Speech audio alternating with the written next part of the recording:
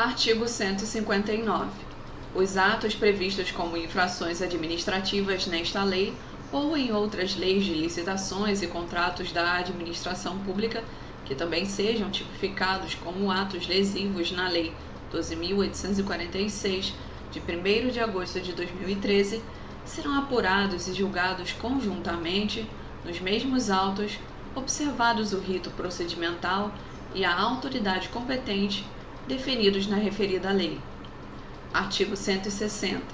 A personalidade jurídica poderá ser desconsiderada sempre que utilizada com abuso do direito para facilitar, encobrir ou dissimular a prática dos atos ilícitos previstos nesta lei ou para provocar confusão patrimonial e, nesse caso, todos os efeitos das sanções aplicadas à pessoa jurídica serão estendidos aos seus administradores e sócios com poderes de administração, a pessoa jurídica sucessora ou a empresa do mesmo ramo com relação de coligação ou controle, de fato ou de direito, com o sancionado, observados, em todos os casos, o contraditório, a ampla defesa e a obrigatoriedade de análise jurídica prévia. Artigo 161.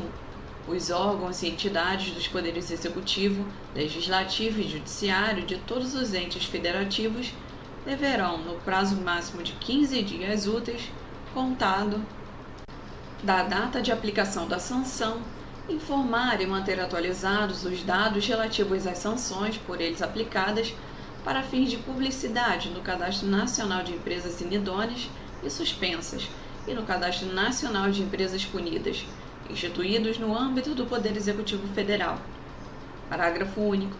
Para fins de aplicação das sanções previstas nos incisos 1º, 2º, 3º e 4º do caput do artigo 156 desta lei, o Poder Executivo regulamentará a forma de cômputo e as consequências da soma de diversas sanções aplicadas a uma mesma empresa e derivadas de contratos distintos. Artigo 162. O atraso injustificado na execução do contrato sujeita o contratado à multa de mora na forma prevista em edital ou em contrato. Parágrafo único. A aplicação de multa de mora não impedirá que a administração a converta em compensatória e promova a extinção unilateral do contrato com a aplicação acumulada de outras sanções previstas nesta lei. Artigo 163. É admitida a reabilitação do licitante ou contratado perante a própria autoridade que aplicou a penalidade, exigidos cumulativamente. Inciso 1º. Reparação integral do dano causado à administração pública. Inciso 2º. Pagamento da multa. Inciso 3º. Transcurso do prazo mínimo de 1 ano da aplicação da penalidade, no caso de impedimento de licitar e contratar, ou de 3 anos da aplicação da penalidade, no caso de declaração de inidoneidade. Inciso 4º. Cumprimento das condições de reabilitação definidas no ato punitivo. Inciso 5º. Análise jurídica prévia com posicionamento conclusivo quanto ao cumprimento dos requisitos definidos neste artigo. Parágrafo único. A sanção pelas infrações previstas nos incisos 8 e 12 do caput do artigo 155 desta lei exigirá, como condição de reabilitação do licitante ou do contratado, a implantação ou aperfeiçoamento de programa de integridade pelo responsável. Capítulo 2. Das impugnações, dos pedidos de esclarecimento e dos recursos. Artigo 164. Qualquer pessoa é parte legítima para impugnar edital de licitação por irregularidade na aplicação desta lei ou para solicitar esclarecimento sobre os seus termos, devendo protocolar o pedido até 3 dias úteis antes da data de abertura do certame. Parágrafo único. A resposta à impugnação ou ao pedido de esclarecimento será divulgada em sítio eletrônico oficial no prazo de 3 dias úteis, limitado ao último dia útil anterior à data da abertura do certame. Artigo 165. Dos atos da administração decorrentes da aplicação desta lei, cabem: inciso 1º, Recurso no prazo de 3 dias úteis, contado da data de intimação ou de lavratura da ata, em face de: a linha A, ato que defira ou indefira pedido de pré-qualificação de interessado ou de inscrição em registro cadastral, sua alteração ou cancelamento. A linha B, julgamento das propostas. A linha C, ato de habilitação ou inabilitação de licitante. A linha D, anulação ou revogação da licitação.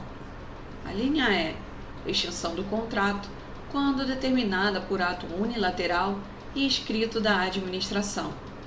Inciso 2º, pedido de reconsideração no prazo de 3 dias úteis, contado da data de intimação, relativamente a ato do qual não caiba recurso hierárquico. Parágrafo 1º. Quanto ao recurso apresentado em virtude do disposto nas alíneas B e C do inciso 1º do caput deste artigo, serão observadas as seguintes disposições. Inciso 1º. A intenção de recorrer deverá ser manifestada imediatamente sob pena de preclusão, e o prazo para apresentação das razões recursais previsto no inciso 1º do caput deste artigo será iniciado na data de intimação ou de lavratura da ata de habilitação ou inabilitação, ou na hipótese de adoção da inversão de fases previstas no parágrafo 1º do artigo 17 desta lei da ata de julgamento. Inciso 2º. A apreciação dar-se-á em fase única. Parágrafo 2º. O recurso de que trata o inciso 1º do caput deste artigo será dirigido à autoridade que tiver editado o ato ou proferido a decisão recorrida, que, se não reconsiderar o ato ou a decisão no prazo de 3 dias úteis, encaminhará o recurso com a sua motivação à autoridade superior, a qual deverá proferir sua decisão no prazo máximo de 10 dias úteis, contado do recebimento dos autos. Parágrafo 3º. O acolhimento do recurso implicará a invalidação apenas de ato insuscetível de aproveitamento. Parágrafo 4º. O prazo para apresentação de contrarrazões será o mesmo do recurso e terá início na data de intimação pessoal ou de divulgação da interposição do recurso. Parágrafo 5º. Será assegurada ao licitante vista dos elementos indispensáveis à defesa de seus interesses. Artigo 166.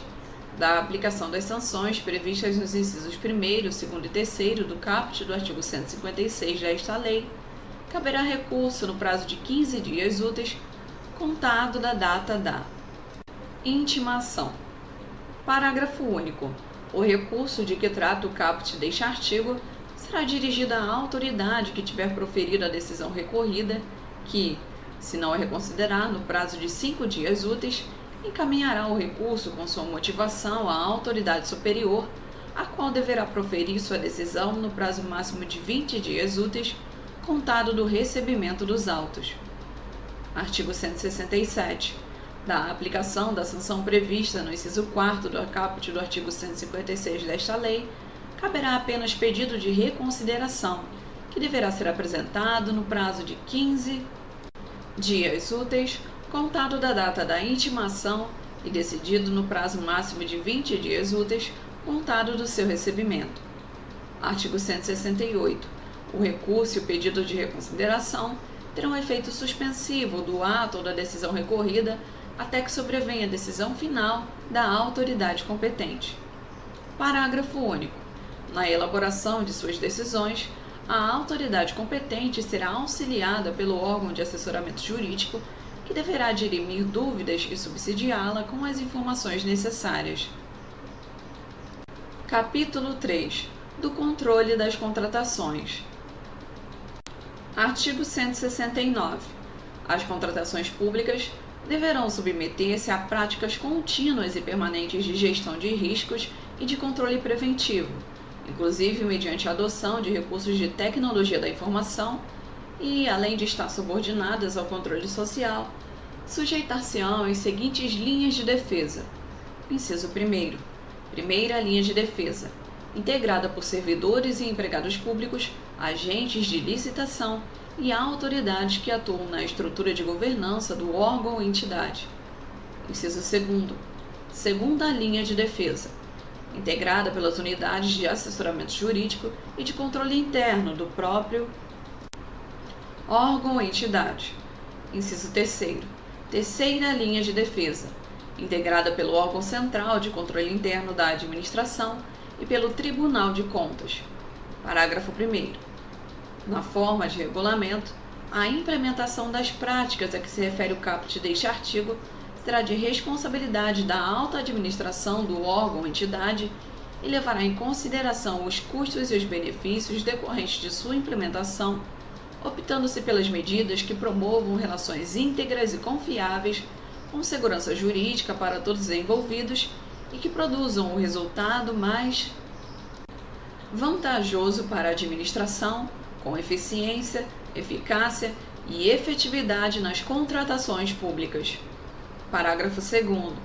Para a realização de suas atividades, os órgãos de controle deverão ter acesso irrestrito aos documentos e às informações necessárias à realização dos trabalhos, inclusive aos documentos classificados pelo órgão ou entidade, nos termos da Lei 12.527, de 18 de novembro de 2011, e o órgão de controle com o qual foi compartilhada eventual informação sigilosa tornar-se-á corresponsável pela manutenção do seu sigilo. Parágrafo 3º. Os integrantes das linhas de defesa que se refere aos incisos 1º, 2º e 3º do caput deste artigo observarão o seguinte. Inciso 1º. Quando constarem simples impropriedade formal, adotarão medidas para o seu saneamento e para a mitigação de riscos de sua nova ocorrência, preferencialmente com o aperfeiçoamento dos controles preventivos e com a capacitação dos agentes públicos responsáveis. Inciso 2º. Quando constatarem irregularidade que configure dano à administração, sem prejuízo das medidas previstas nos incisos 1º deste parágrafo 3º, adotarão as providências necessárias para a apuração das infrações administrativas, observadas a segregação de funções e a necessidade de individualização das condutas, bem como remeterão ao Ministério Público competente cópias dos documentos cabíveis para a apuração dos ilícitos de sua competência. Artigo 170. Os órgãos de controle adotarão, na fiscalização dos atos previstos nesta lei, critérios de oportunidade, materialidade, relevância e risco e considerarão as razões apresentadas pelos órgãos e entidades responsáveis e os resultados obtidos com a contratação, observado o disposto no parágrafo 3º do artigo 169 desta lei. Parágrafo 1º. As razões apresentadas pelos órgãos e entidades responsáveis deverão ser encaminhadas aos órgãos de conclusão da fase de instrução do processo e não poderão ser desentranhadas dos autos. Parágrafo 2º. A omissão na prestação das informações não impedirá as deliberações dos órgãos de controle, nem retardará a aplicação de qualquer de seus prazos de tramitação e de deliberação.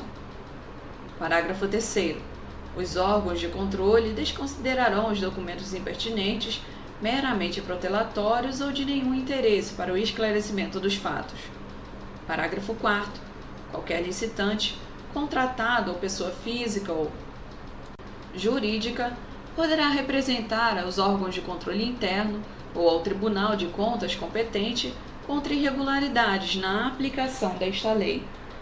Artigo 171. A fiscalização de controle será observado o seguinte. Inciso 1º.